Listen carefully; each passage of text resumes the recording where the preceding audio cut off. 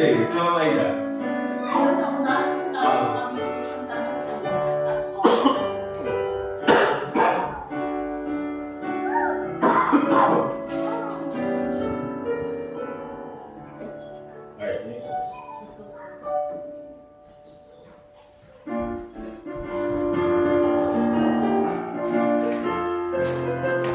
Alright, let's open our songbooks, please. Song number 2 to 4.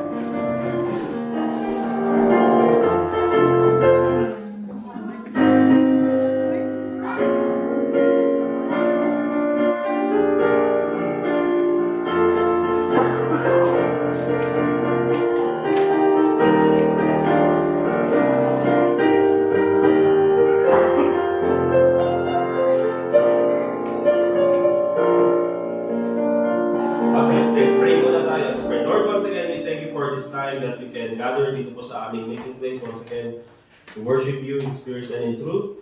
Muli po Panginoon, ikaw po ang mag-glorify sa lahat ng aming gagawin, and we pray Lord na ang pangalan mo po ang maitaas, especially po sa pangalan ng iyong salita. And we pray Lord that ikaw po sana ang mag-guide sa mga kapatid namin nandiyan pa sa kanilang daan. Keep them safe, dear God. And also pray in the Lord Jesus Christ. Amen. Alright, song number 2 to 4. There shall be some showers of blessing.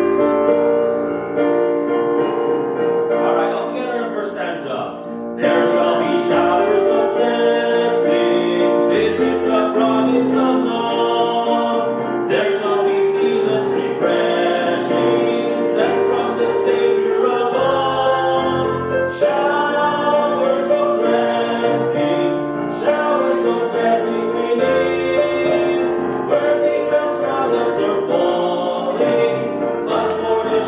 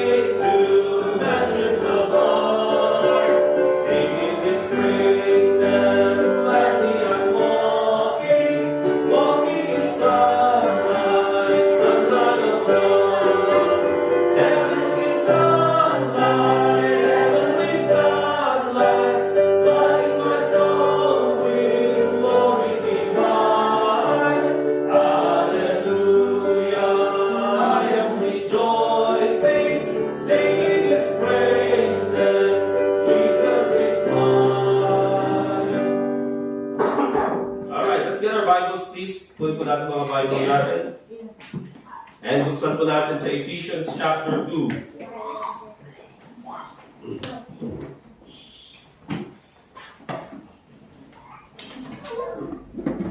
Ephesians chapter 2. And we'll read verse 20.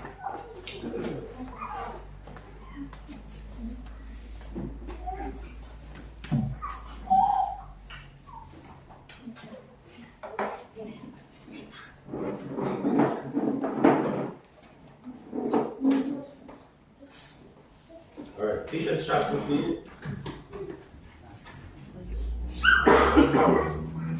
And let me read verse 19 hanggang 22 na lang. Okay? But we'll focus on verse 20. So sabi ng Bible in Ephesians chapter 2 verse 19 and hanggang 22.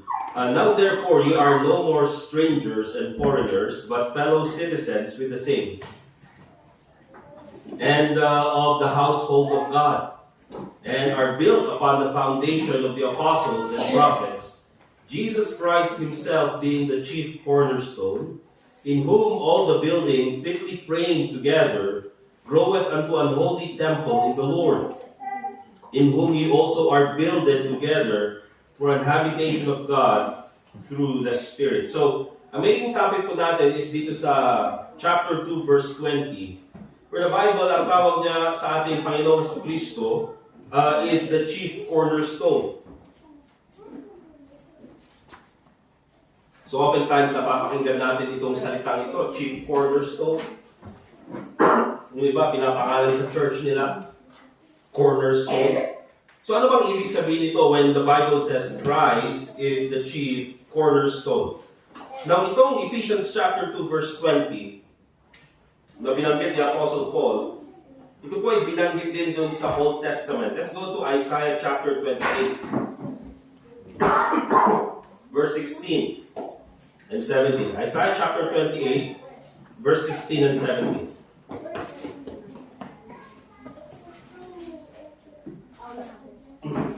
Isaiah chapter 28, verse 16 and 17.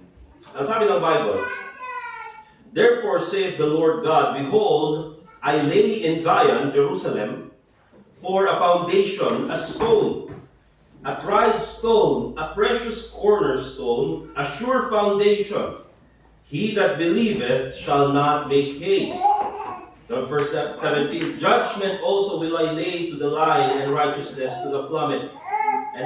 And the hail shall sweep away the refuge of lies, and the water shall overflow the hiding place. Okay, so kahit po dyan sa Isaiah chapter 28, it's already mentioned yung cornerstone na binanggit in the book of Isaiah that He will lay in Zion, in Jerusalem, a foundation.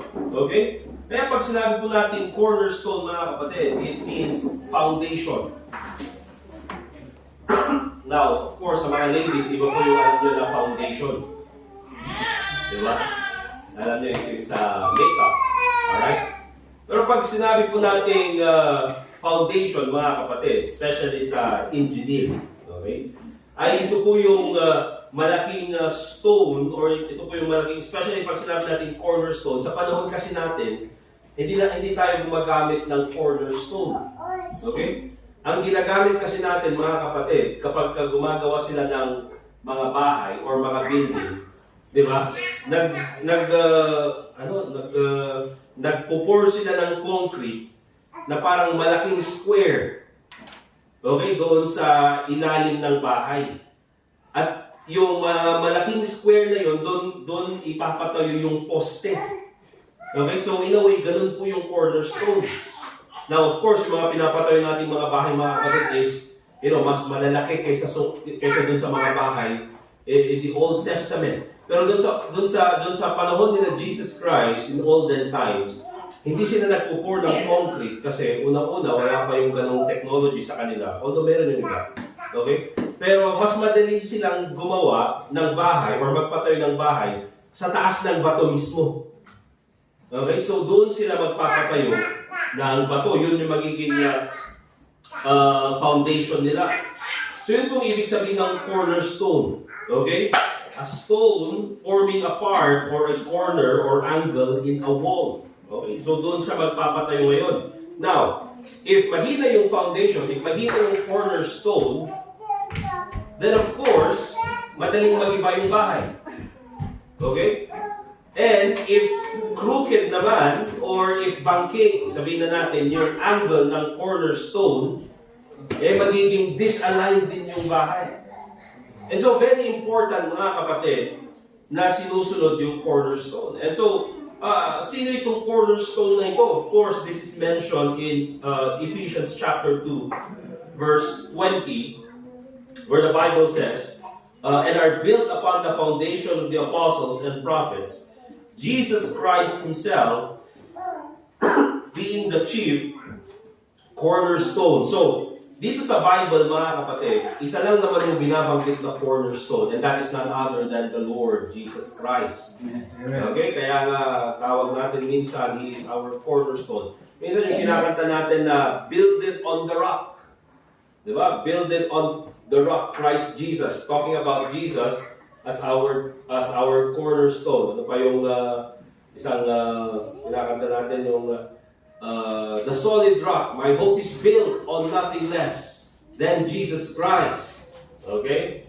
So, yun po mga kapatid, it talks about our Jesus, our cornerstone, the Lord Jesus Christ.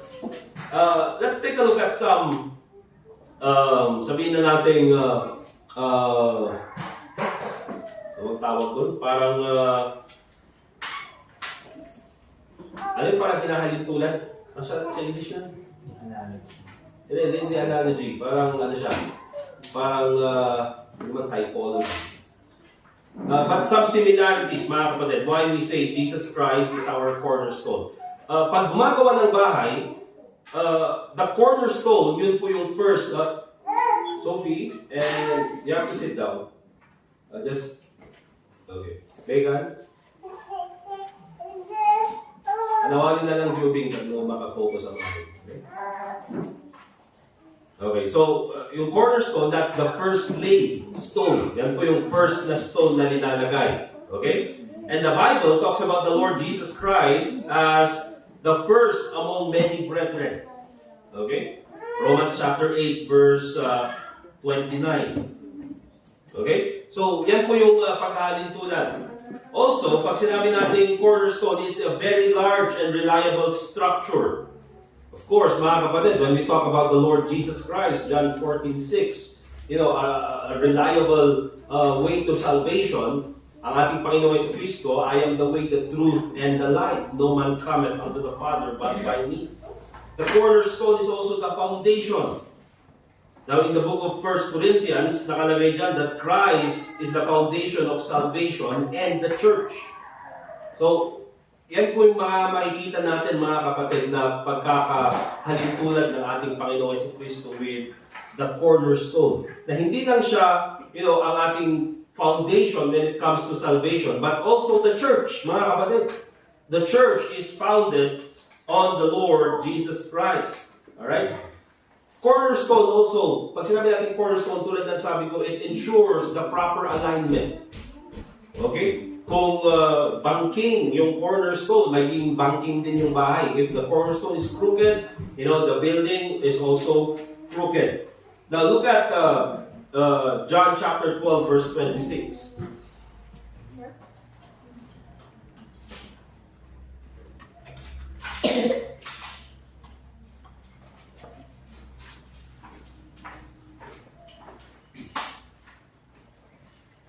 John chapter 12 verse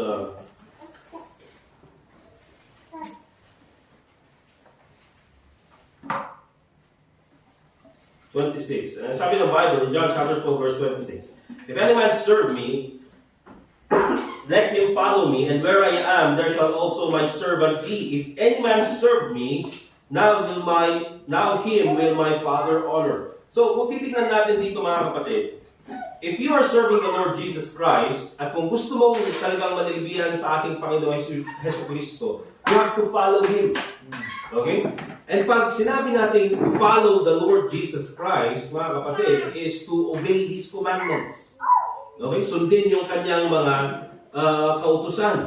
And so, anong pinapakita dyan mga kapatid? If we want to have a good lifestyle, then we have to pattern it to the Lord Jesus Christ. Okay? So it ensures proper alignment. Now, if you're going to align your life with the preacher, mga kapatid, ay pambira, baka maging baliktad ang buhay mo. Okay? If you're going to align your life with other people, mga kapatid, baka maging baliktad ang buhay mo. Or if you're going to align your life based on the mistakes of other people, ano magiging feeling mo? Ay, mas superior ako kasi siya, magkakamali siya, ako hindi. Alright? So if you're going to align our life based on righteousness, then we have to follow what the Lord Jesus Christ has done. Okay? Now, what's the purpose of this cornerstone? Ano ang purpose ng cornerstone na ito? Alright? Let's go to 1 Corinthians chapter 15. 1 Corinthians chapter 15.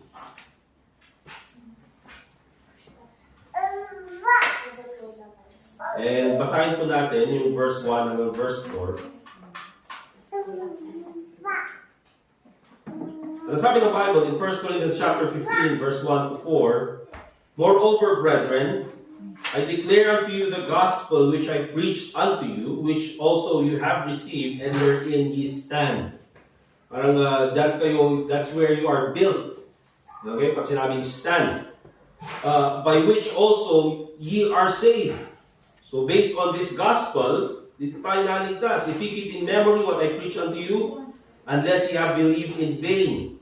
For I delivered unto you first of all that which I also received, how that Christ died for our sins according to the Scriptures, and that He was buried, and that He rose again the third day according to the Scripture. What's the purpose of the cornerstone? Mga kapatid, Christ is the cornerstone of salvation. Anong ibig sabihin yan? Without the Lord Jesus Christ, there is no salvation. Okay?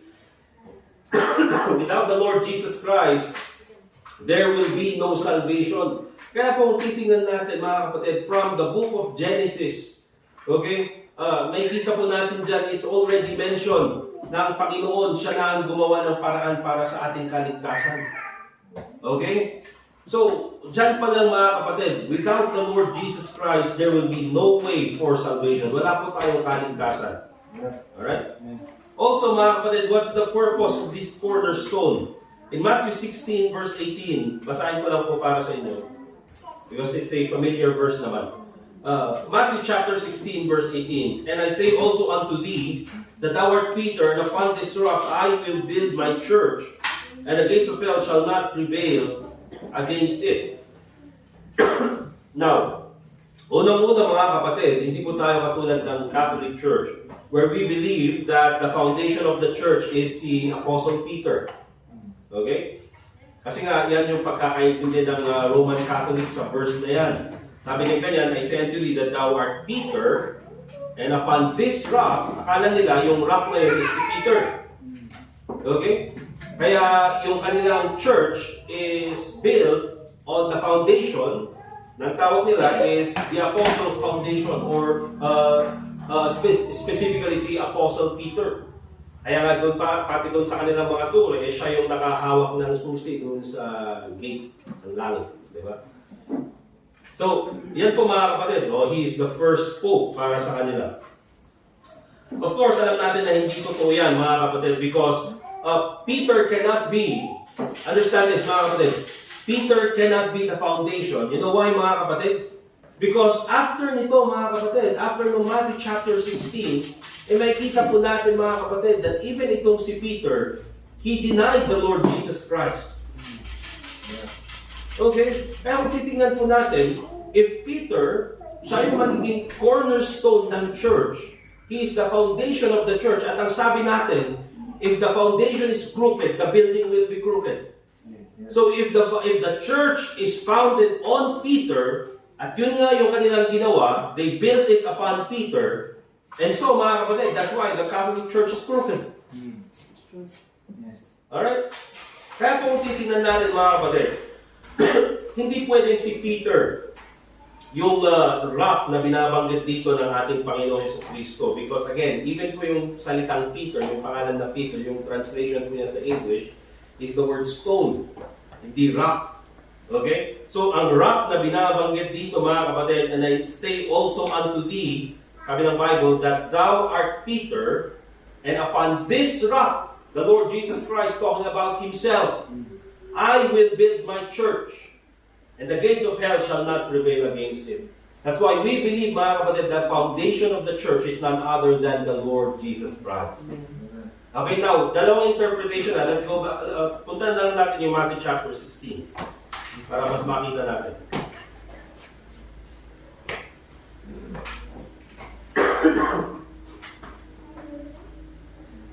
Sabi kasi ng iba, parang ang out of context naman, na bigla na lang binanggit ni Jesus Christ that He is the rock. Okay? Ano ba yung upon this rock na binabanggit ng Bible? You see, mga kapatid, in verse 16, in verse 15, ang tanong ni Jesus Christ, He said unto them, but whom say ye that I am? Kasi yung context, mga kapatid, is that yung mga tao who have heard about the Lord Jesus Christ, ang tingin nila kay Kristo, mga kapatid, is a prophet, a teacher. Okay? So even though mataas yung pagkilala nila kay Kristo, but still maling pagkilala. Okay? And so ang tanong ni Jesus Christ, okay, so yan yung sinasabi ng mga tao about sa akin. Pero sabi niya sa kanyang mga disciples, but whom ye say that I am? Sino ba ako sa inyo? Sa pagkakakilala nyo, sino ba ako? And so ang sabi ni Peter, dun sa verse 16, and Simon Peter answered and said, Thou art the Christ, the Son of the living God. Ikaw ang Messiah, ikaw ang tagapagligtas, at ikaw ang Diyos, ikaw ang second person of the Trinity. Basically, yun yung sinasabi ni Apostle Peter. And Simon Peter, and Jesus answered and said unto him, Blessed art thou, Simon Bar-Jonas, son of Jonas. For flesh and blood hath not revealed it unto thee, but my Father which is in heaven. And I say unto thee, that thou art Peter, and upon this rock I will build my church. So, sabihin na natin, okay, sige, the Lord Jesus Christ is not talking about Himself, literally. Pero if you read the context, He's talking about the confession of Peter, wherein sinabi niyang, Thou art the Christ, the Son of the living God. And so, even with that confession, mga kapatid, it is more distinct, it is more specific, at pinapakita doon, mga kapatid, that the foundation of our church is the Lord Jesus Christ, our Savior, our Messiah, ang ating tagapagligtas, the second person of the Trinity. Kaya po, yung ating foundation ng ating church, mga kapatid, ay hindi po tao. He is 100% man, yes, but He is also 100% God. Okay? Kaya po, in order for the church na hindi po siya maging crooked. Now, here's the question. If the foundation of the church is straight and properly aligned, katulad ni Jesus Christ, we have already established that truth.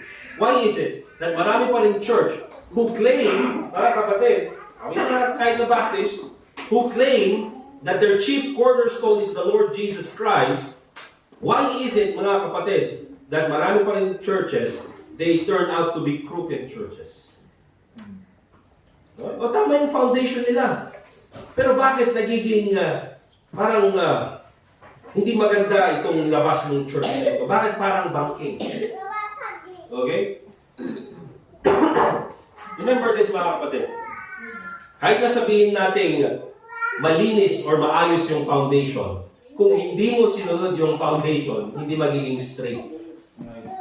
Tama po, mga kapatid? Parang ganyan po, mga kapatid, parang flood control lang yan. Diba? Parang flood control lang yan. May plano. Nandyan na kung ano yung dapat gawin. Okay? Pero dahil sa kasakiman ng tao, ginawa nilang substandard. And so yung dapat sana, yung maayos sana nakalalabasan na flood control, ano nangyari? Ayan, baha. Diba? Pati Baguio, binabaha. Diba? Ano kung part ng Baguio binabaha? I think yung sa strawberry Strawberry farm talagang binabahan na yan mula noon. Kaya yung sa KM4, KM4, KM3, hindi naman yung binabahan noon. Bakit? Kaabay natin, Banili River, mga kapatid, hindi dapat yan binabaha. Alright, pero bakit binabaha? Of course, mga kapatid, hindi sinunod yung tamang plano. Tulad ng binasa natin kanina, mga kapatid, in John chapter 12. If you are going to serve the Lord Jesus Christ, you have to follow the Lord Jesus Christ. You see, mga kapatid, maraming tao, maraming Kristiyano, and even churches nowadays, they want to serve the Lord Jesus Christ. They claim to serve the Lord Jesus Christ, but they serve the Lord Jesus Christ on their own terms. Okay, Panginoon, susunod ako, maninilbihan ako, pero ganito yung plano ko, ganito yung gagawin ko. Alright, so, kahit na sabihin natin, He is the foundation of our church, if we do not follow yung salita niya na binigay niya sa atin, which is the blueprint for the church and for our lives as Christians, talagang magiging bangking yung buhay natin, mga kapatid. Hindi mo pwedeng isisi yan sa ating Panginoong Jesucristo. Alright? Either way, mga kapatid, Christ is the cornerstone of the church. Amen po ba? Amen. Now, if we go back dyan sa Ephesians chapter 2, verse 20, para mas makita po natin.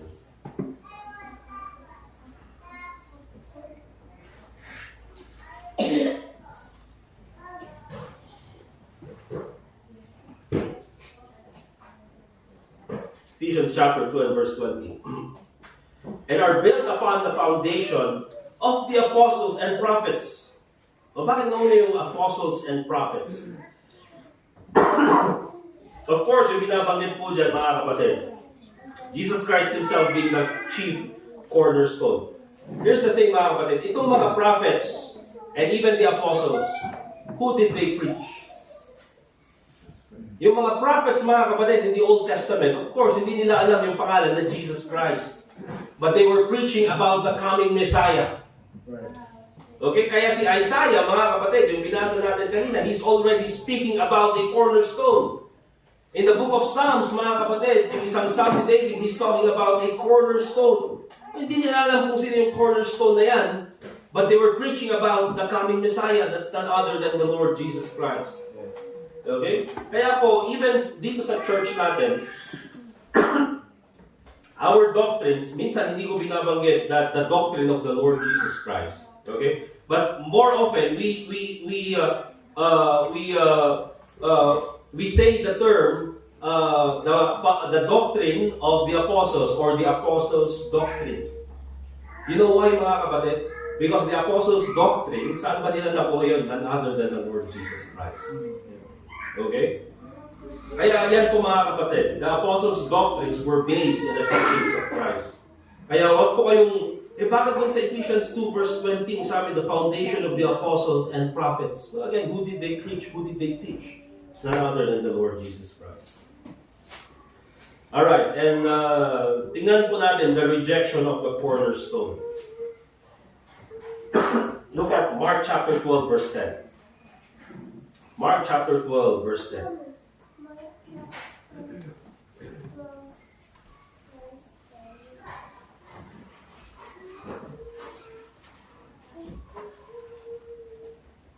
The Bible says, and have ye not read this scripture, talking about the Old Testament, the stone which the builders rejected is become the head of the corner.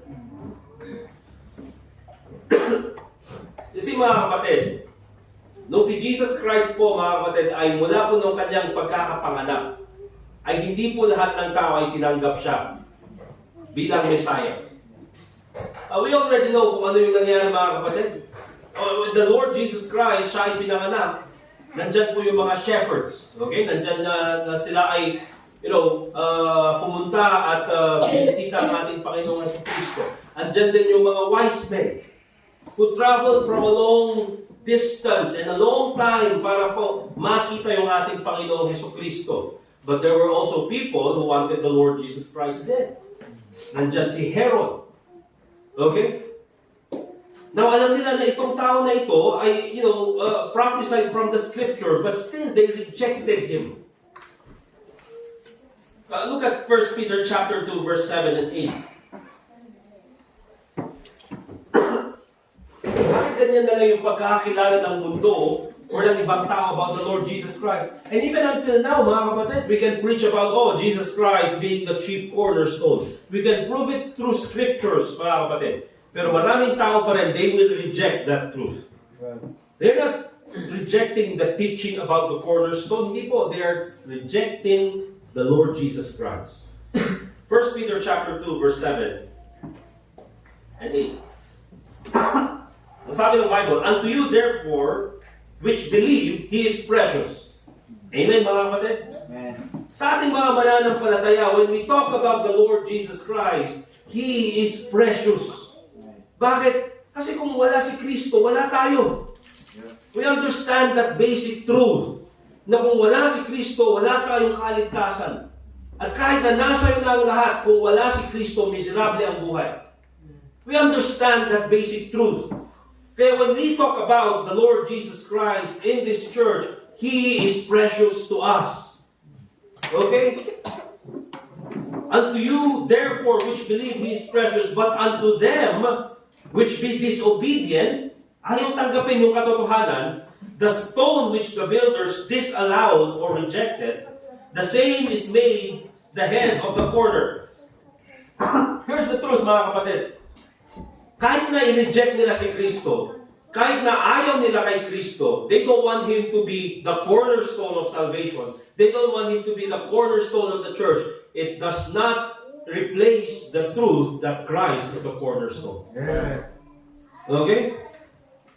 Kahit na ayawan nila. Eh, hindi porket ayaw nila, bakit magbabago yung katotohanan dahil sa kanila?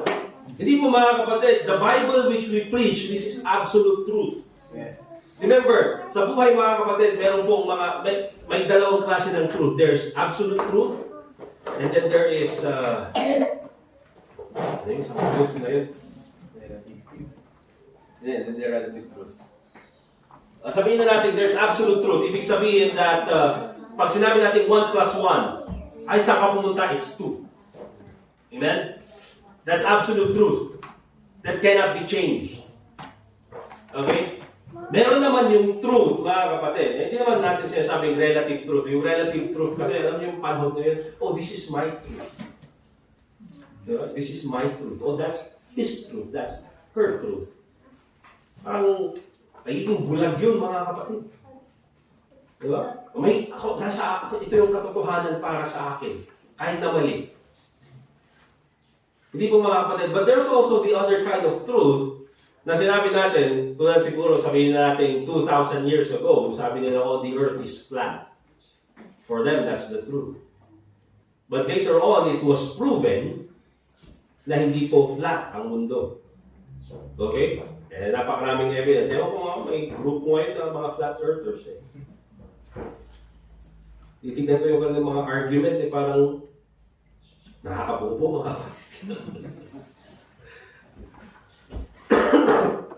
But that's the thing, mga kapatid. Diba? Sa kanila noon, the truth is for them that the earth is flat. But it was proven that the earth is round. And so, pinalitan nila yung katotohanan na yun. Ito yung totoo kasi ito nakita namin eh. Alright? But what we preach, mga kapatid, this is absolute truth. Hindi po ito magbabago kahit saan ka mapunta. You go to the Old Testament, Christ is the chief cornerstone. In the New Testament, Christ is the chief cornerstone. Sa Pilipinas, Christ is the chief cornerstone. Pumunta ka dun sa Middle East, Christ is still the chief cornerstone. Hindi yan magbabago, mga kapatid, hanggang baliw kapulang iti opinion ni tao. Alright? Tuloy natin. So, but unto them which be disobedient, the stone which the builders disallowed, the same is made the head of the corner.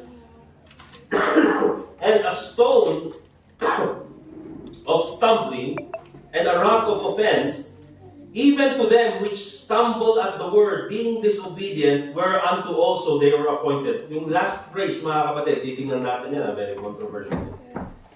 Whereunto also they were appointed. Understand, mga kapatid, that those who rejected Christ are not appointed to be disobedient. Right. Diyan kasi yung gagamitin na yung mga ibang Calvinist, di ba?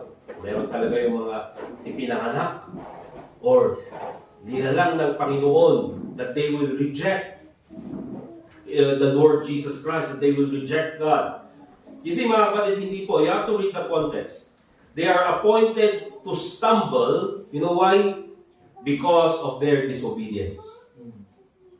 Of course, ang Panginoon, mga kapatid, He has foreknowledge. Alam niya kung sinong maliligtas, alam niya rin kung sino yung magre-reject sa Kanya. He knows that because He is God. Alam niya yan, mga kapatid, but it does not mean na siya yung pumilit sa'yo to reject Him. It does not mean na siya yung pumilit sa'yo para tanggapin si Kristo bilang tagapagligtas. Because the Bible says, "For God so loved the world, that He gave His only begotten Son, that whosoever believeth in Him should not perish, have everlasting life." Okay? Nandyan yung the whole world, and nandyan yung whosoever. And at the same time, in the book of Peter, mga kapatid, sinabi niya, not willing that any should perish, but that all should come to repentance. So yun yung puso ng Panginoon na lahat sana ay maligtas, pero hindi yun mangyayari. You know why? Because there are people who will reject the Lord Jesus Christ. And so, mga kapatid, sabi ng Bible, they were whereunto also they were appointed. You know, they were rejected by God because they rejected the Lord Jesus Christ. Yan po yung ibig sabihin niyan. Okay? And as a result, anong nangyari? They end up destroying their life because they don't have a sure foundation. So I remember this, mga kapatid.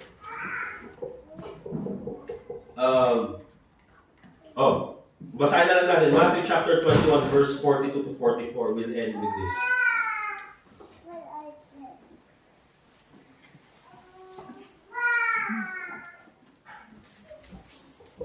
Ito kasi, mga kapatid, kaya naka-eyeglass ako. Yung binili ko na to eyeglass, mga kapatid. Medyo sira na yung left side. Pero itong eyeglass na to, mga kapatid, alam niyo sa San Goku, yung Dragon Ball. Nilalagay nila ito. Nakikita ko yung spiritual na kalakasan.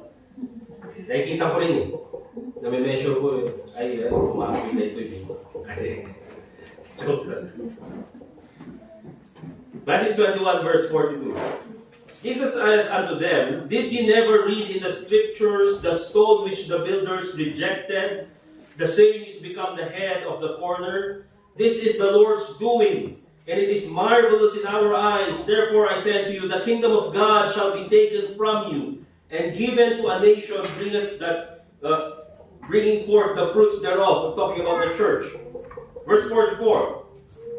"And whosoever shall fall on this stone shall be broken, but on whomsoever it shall fall, it will grind him to powder." You see, mga kapatid, here's the truth about the Lord Jesus Christ being a chief cornerstone. Si Kristo siya po dapat yung ating foundation when it comes to salvation. Amen? Amen. If you have the wrong foundation in salvation, you'll go to hell. Kung ang foundation mo sa kaligtasan ay religion, wala kang kaligtasan. If ang foundation mo sa kaligtasan is good works, baptism, pagiging mabait, wala kang kaligtasan. Bakit? Because that's the wrong foundation.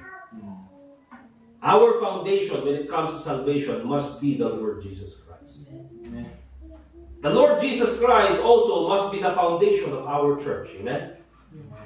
Kung ang simbahan natin, kung ang iglesia ang pinagkatiwala sa atin ng Panginoon is built upon the pastor, then we will not have a good foundation. Right. Magiging mali ang takbo ng simbahan. If our church, mga kapatid, is built upon a certain document, okay, or a certain writing na hindi galing sa salita ng Diyos, mga kapatid, then we will have the wrong foundation. Masisira ang iglesia, masisira ang church. If our foundation, mga kapatid, is built upon another church, we will have the wrong foundation. The church must be built upon the foundation that is the Lord Jesus Christ. Amen?